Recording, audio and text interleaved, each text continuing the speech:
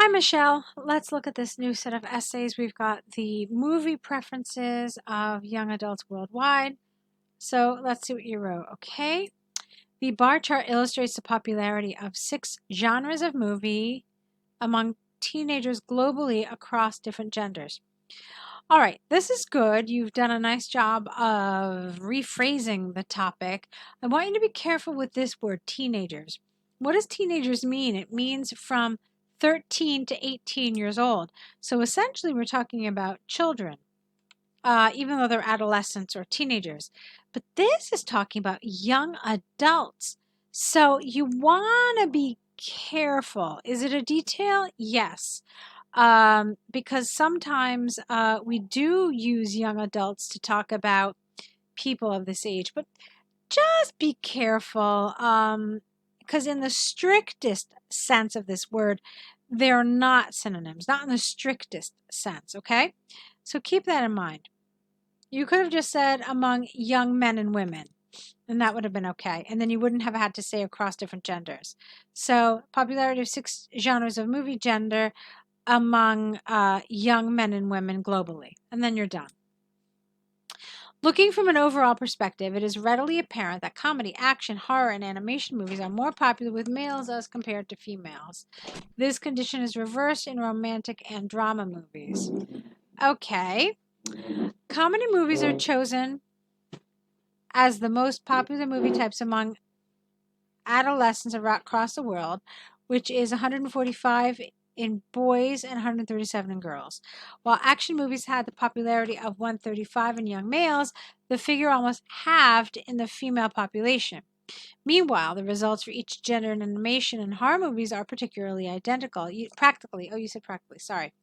There are 73 young boys who voted horror movies as their favorite, whereas 63 male teenagers prefer animation.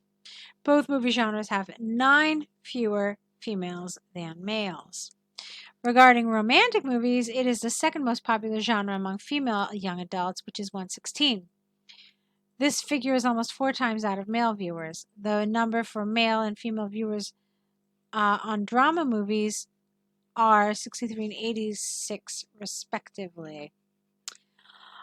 Okay, so I'm trying to figure out the logic of your paragraphing. It sounds to me like you had a paragraph where where the men's preference was higher, which is why you started off with comedy, action, horror, and animation.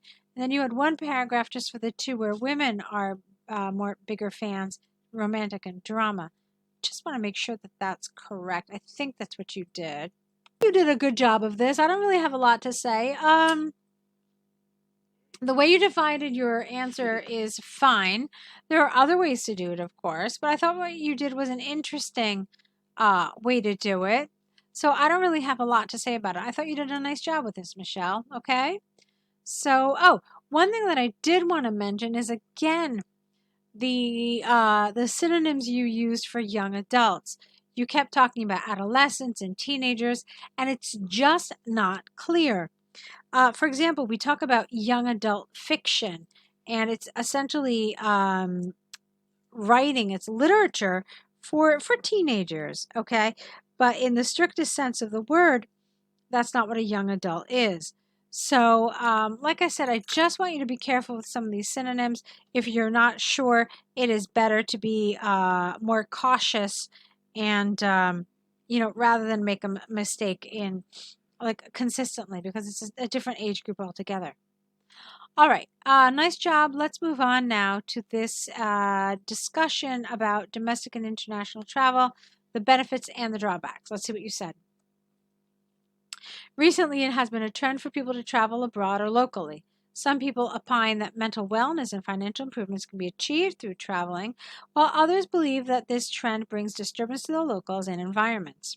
This says we'll use examples from the Malaysian government and Oxford University to demonstrate the benefits and drawbacks. Okay, good.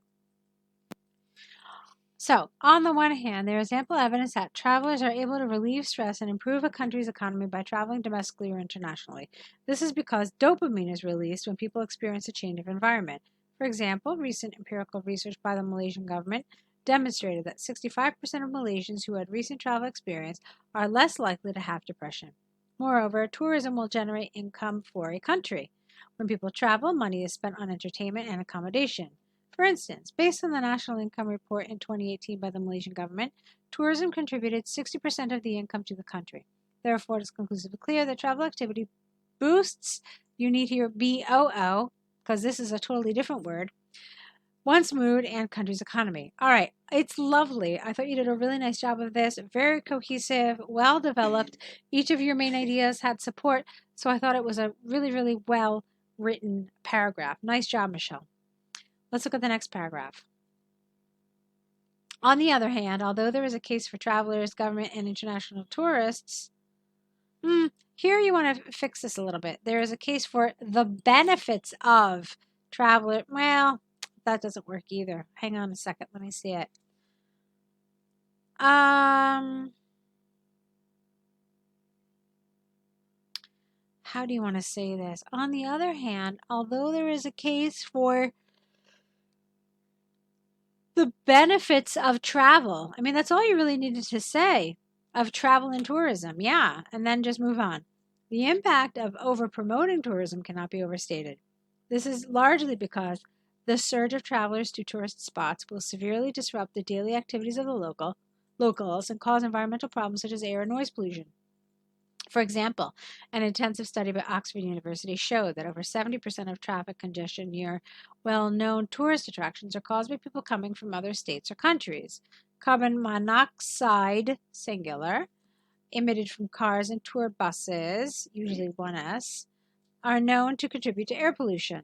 Thus, it is possible to state beyond doubt that the environment, quality of life of the locals are negatively affected by tourism. Lovely, lovely. I really like that you talked about the activity of the locals. You talked about the environmental problems. I thought that was a really good way of handling it. You've understood what they're asking for in this essay, and that makes me very happy. That and you answered it appropriately. So that's really good. In conclusion, from the arguments and examples given, it is undoubtedly, well, you know what? This is a little awkward. So I would fix this. In conclusion, from the arguments and examples given, it is clear that tourism, which is increasing in popularity, has its advantages and disadvantages. It is predicted that, despite the drawbacks, tourism will increasingly grow in importance. Lovely. Michelle, I'm really happy with this set. I thought it read really easily. You can even tell that just by how fast I got through it. It's not very often that I read a test 1 and a test 2 in under 10 minutes, but I was able to do it because it flowed really nicely. Grammar well controlled, nice variety. It just all felt very natural. You did a really good job with this. So there's not really a lot I want to say. You understood the task due. You understood what you needed to talk about.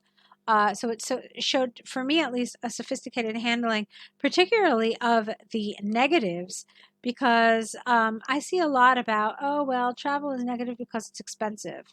Well, it's not the expense of it that makes it negative, but there are other things. It's just, an inconvenience that it's expensive.